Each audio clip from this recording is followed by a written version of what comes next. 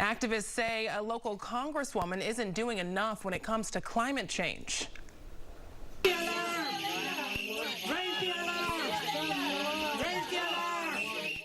The local nonprofit San Diego 350 says it wants to make a lot of noise to symbolize it's time to raise the alarm. Congresswoman Susan Davis was not there during today's action at her office in North Park. She's being urged to support and co-sponsor the Green New Deal. It's a wide sweeping plan to change the nation's economy in a way that will reduce carbon emissions. She wants to see details. She wants to see how it's going to work before she decides to support it or not.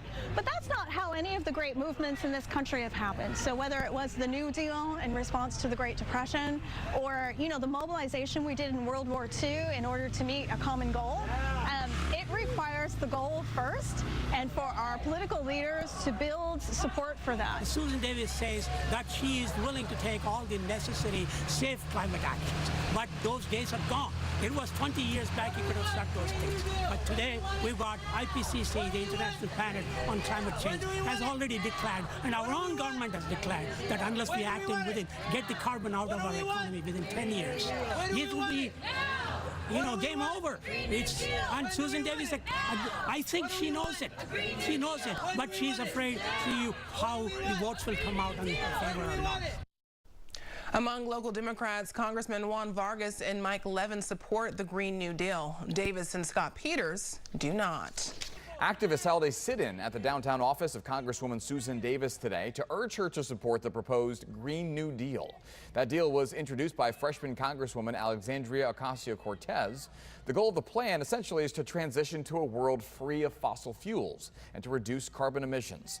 Activists with the nonprofit group San Diego 350 chanted, held signs, blew whistles, and set off sirens.